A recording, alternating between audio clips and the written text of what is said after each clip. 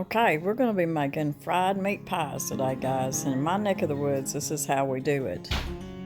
But the thing of it is, when it comes to meat pies, you can make pretty much any kind of filling you want for it. Today I'm going to do kind of like an Asian flair because I've got some ground pork here that I'm wanting to use. And I've been kind of wanting something a little bit Asian or some Chinese food or something. So I thought, well, I'm going to use this pork.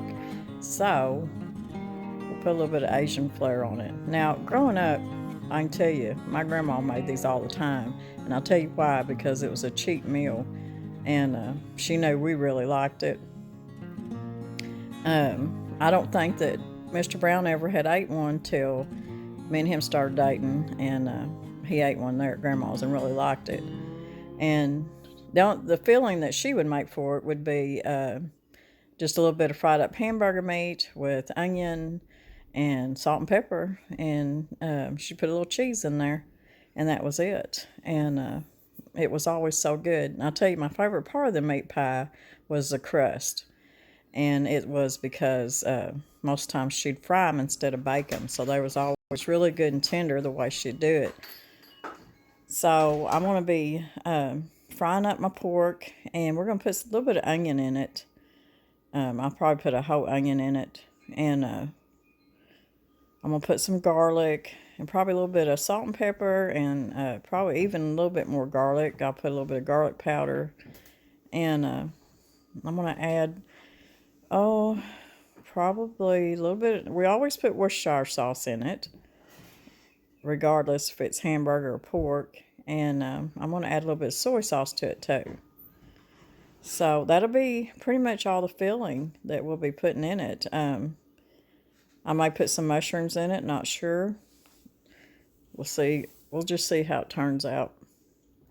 But I'm going to get my onions cut up and get them in here with my pork. Meat pies, they're made in so many different the different regions. They make different meat pies, and when I say that, I mean so many different good fillings. And some of them get pretty they even put like beans. Now I do like to fry up a little bit of a hamburger meat. Sometimes Grandma would cut up like a potato, and she'd boil it just a little bit. She'd dice that potato up real little and boil it and put it in with that meat. And that was part of the filling too. And it was just a good meal that would fill everybody up. And of course, we'd probably have to dip it in a little bit of ketchup or something, but we really liked it. But you can even put some shredded cabbage. I think some of the meat pies even have beans. You can do an all veggie pie. It wouldn't be a meat pie, but it'd still be a hand pie. And that's what some of them are called. It just depends on what region you're from. Where I'm from up here in the hills of Arkansas, they're called fried pies. I think around Louisiana in different places, they're called hand pies, and maybe even fried pies there too. And up north, I hope I'm saying it right, I'm going to put a little bit of Worcestershire sauce in there. They're called pasties. And I have seen so many different good recipes from up north, the way they do the meat pies. And like I said, they're so versatile. You can just put anything in there. The only thing you don't want is you can put a little bit of broth in with your meat and stuff. You just don't want it real juicy because you're going to be putting it in crust, of course. And the meat pie was originally made for, easiness, because a woman could go in and put a lunch together for the miners or anybody that's out working, and they could come in and they could grab it and go. And there's so many different stories about meat pies, and so it's just always been a good handy thing. You can have sweet and you can have savory. And I'm going to make both. I'm going to make us some meat pies, and then I'm going to make I think I'll make a few fruit pies, and then I'll make some chocolate pies because Mr. Brown's been wanting a chocolate pie. fried pie. So I thought, well, we'll splurge and we'll have some fried pies. It's an easy dish. We'll have to make up some crust, but it's an easy crust, and it's going to be a flaky crust. You can bake it or you can fry it. Just depends on. To me, when you fry them up, it's a little more of a flakier crust, the way it turns out. But if you want to bake it, it turns out good too. So whether if you call it a hand pie, a fried pie, or pasties, they're all good. And if you get on the internet, you can look up hand pies and just be unreal how many good different recipes there are out there for them. And how they're the same but yet different. It just depends on what part of the world you go to. But they're all good. My pork is looking really good. It's cooking up good. The onions are getting tender. I've got a little bit of better than bouillon, beef bouillon here that I'm putting in with my pork. And I know you're probably thinking, why are you putting beef bouillon in with your pork? And it just gives it just a little bit, just gives it a good taste. I'm not going to put any water or any broth in there or anything. Just kind of throw it in there because there is a little bit of fat in this pork. And, of course, that fat is rendered out. So everything's cooking up good. And I'm still thinking about throwing some mushrooms in there. I got my garlic cut up. I think it's time to put the garlic in. It's smelling good, looking good.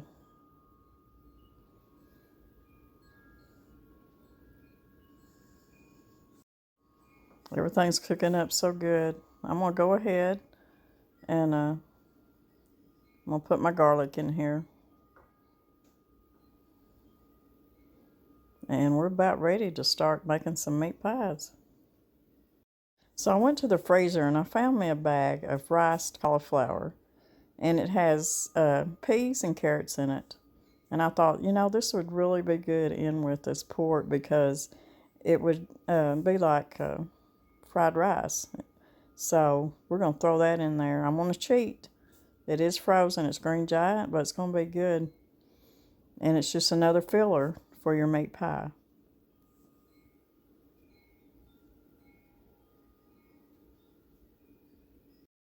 Okay, let's put our rice, cauliflower, peas, and carrots in here.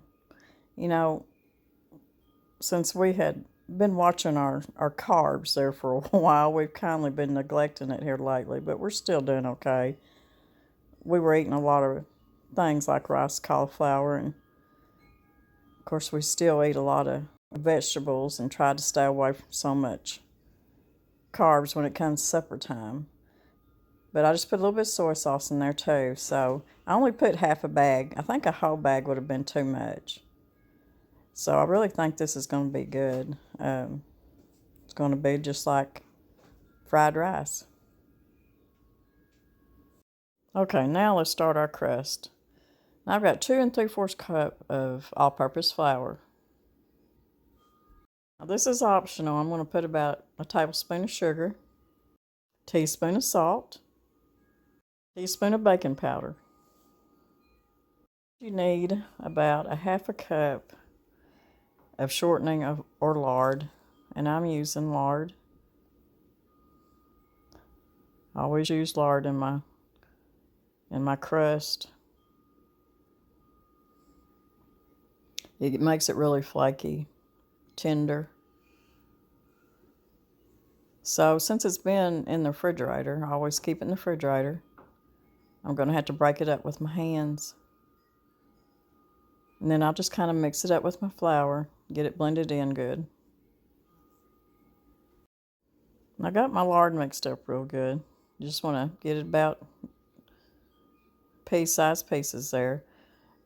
And you need about a cup of milk, but I'm not going to use my milk for making crust, my drinking milk. I'm using canned milk. You can use powdered milk if you want. Just make you up a cup of milk out of powdered milk. I've got a bunch of canned milk that I keep in the pantry that I cook with, or just to have in case, emergency or anything. You just want to work all that together because it will come together.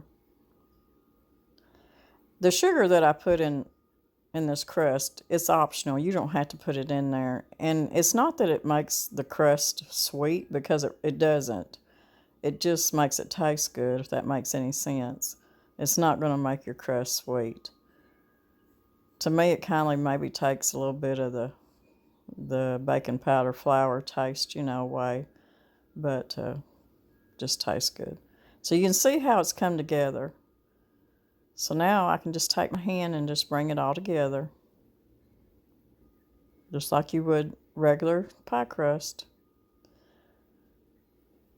And the baking powder that you put in with it, that may be different than some recipes that people use for meat pies. That may be a different ingredient, but we use it in our fried pies. It helps that crust to be tender and to kindly maybe just puff up just a little bit. But it's just really good fried pie crust, whether if it's savory or sweet. And if you can pinch it off and pinch it like that and it stays together, you're ready to go to make some fried pies. Now there's several different ways that you can make hand pies. And I pinched a couple off and rolled them out and just kind of cut them with a small bow to make the perfect little circles. Now, that's not really the way that I do it, but that is a way you can do it. Just lay them, one on top of the other and just go around it like this. And just kind of seal in your meat and just go around the edge and seal all that in. Now, you can do it with stick your fork in water and just kindly seal your crust around it. Or you can just dip your fingers in flour and just roll your edges up. Just kind of push your edges down. And that's one way of making a hand pie. But usually when I'm making fried pies, I just pinch me off a little piece. And I have an older video where I was making fried pies. But I'm going to show y'all again, since we're doing meat pies too. I just put my little flour down. Just roll my little, and just press it out. And then we're just going to roll it out just a little. I don't like my crust to be too thick, but you don't want it too thin, just kind of in the middle there. Just roll it out till you get it to the size you need it to put your meat in there. It don't have to be perfect. When the ladies were feeding the hard-working men, I don't figure they were worried if the pie was pretty or not, just as long as it tasted good and filled them up. Now, I ended up putting mushrooms in there too. You'll see them. So that's just another filler for your meat pie. So you just bring the side over, kind of push your filling in. And sometimes when you're pushing that filling down, it might bust a hole in your crust, but you can just pinch it together. It'll be fine. Just go around the edge of your meat. Turn it over. And then just start rolling. Just start rolling the edge of your crust. And some people can do this and make it look really pretty. It looks like a braid when they get done. Mine ain't that pretty, but it will stay shut. Just it'll stay sealed and your meat won't fall out. That's the main thing. So just keep rolling the ends and there you go. So that's another meat pie. When we get them done, I'm going to put them in the refrigerator for just at least 10 minutes before I fry them.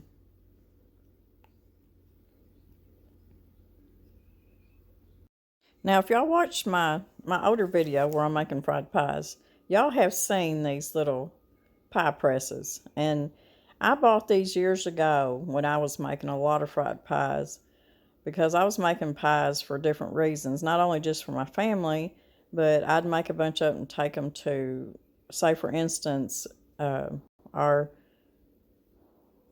firehouse there at Dalton. They would have a fish fry twice a year, fall and spring, and I would take a bunch of fried pies up there. I've had these things a long time, and well, they come in handy when you're making a bunch of fried pies, because look, it seals them up just perfect, and they look pretty. So I'll put a link below. I got them on Amazon. Okay, we're going to make the chocolate pie filling. It's an old-fashioned recipe, and it's pretty much a chocolate paste. And I'm going to put 2 good tablespoons of soft butter, not melted, just room temperature where it's good and soft. 2 good tablespoons. And we're going to take, I guess it depends on how really chocolatey you like it. I put about a tablespoon and a half of good cocoa powder. And if you like dark cocoa powder, it'd be good too. And I'm going to put about 1/4 cup of powdered sugar. And that's it. Now what you're going to do, it's going to seem really dry to you when you start stirring it up. But you just have to stay with it and keep stirring. Because as you keep stirring and sticking with it, it's going to become this perfect chocolate filling that looks just like a chocolate paste. You want it to be thick paste, because when you put this in your crust and you go to fry it up, it is going to melt inside that crust. But if you start out with a chocolate paste that is way too runny, it's going to start running plumb out of your crust before you get your crust fried. So just keep, you can see the texture of it, just keep stirring it, because it's all going to come together. And it's going to be so good you're going to want to just eat it with a spoon. So I always accidentally get a little bit on my finger so I can taste it. But you know, they say a good cook always tastes her food before she serves it. I'm always full before supper's on the table because I'm tasting it way too much. But there you go. You see how it come together. And that's your chocolate filling. So let's get to making some sweet fried pies. So I got my dough on my press. And if you don't have a press, just use a fork. Press the edges together, just like you see me do the meat pies. I'm going to put a good tablespoon, heaping tablespoon right in the middle. Then we're just going to flip this over and seal it. Get that extra crust off the edge and open it up, and you got a pretty little chocolate fried pie ready to be getting a grease and get fried up. You can use either a cast iron skillet or your electric skillet. When it comes to fried pies, I do it both ways, but I'd rather do it in my electric skillet because it keeps an even heat, and it doesn't, you can fry up several fried pies before it seems like the flour and sometimes your filling will kind of ooze out. And with cast iron, you have to change your grease out several times before you get your pies done. And in the electric skillet, it just seems a little bit easier, and they come out just as good. And this is not a Teflon electric skillet. This is a ceramic, and I got it off of Amazon. And if I can find the link, I'll put the link to it below too. Now, when you're flipping these over, make sure you've got, just like I've got, you got 2 utensils long enough that you won't get burnt with the grease a-popping. that you can just kind of flip them over like that. You want to flip them, but just when they start getting golden brown on one side, you want to flip them. But I will put a link below to this electric skillet. I really love it. Okay, the pies are good and brown on each side. You can see how good and brown they are. So it's time to take them out. And I like to put them over here on a cookie sheet with a little bit of paper towel to get some of that grease off. Okay, now I'm going to do my meat pies. I went ahead and done my sweet pies first because I'm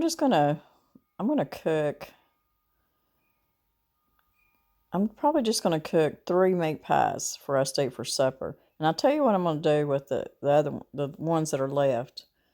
I'm going to wrap them up individually with either parchment paper or wax paper. And then I'm going to put a couple in each bag, and I'm going to set them in the freezer. That way, if we need something handy for lunch, something like that, something quick, we can go in there, and all you got to do is take your pies out. You want to thaw them out in the refrigerator, though. Don't thaw them out on the counter and get them too warm. And once they're pretty much thawed out, just fry them up. So they're handy to have that way too.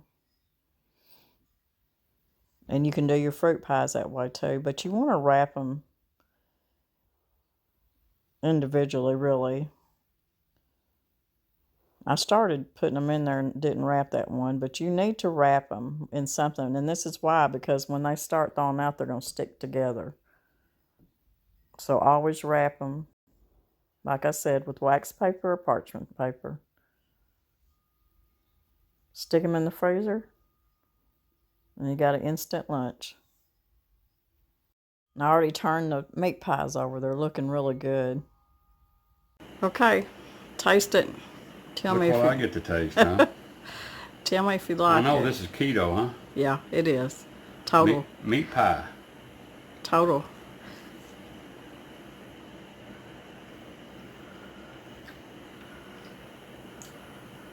Well, as usual, that's delicious. Is it really? I really like it. I think next time we'll do it with hamburger meat and cheese and onions, and like Grandma used to do. She called it a Paul Bunyan burger. That was many years ago. We was just dating. It's really good.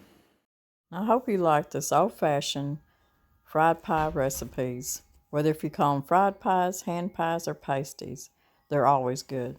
God bless.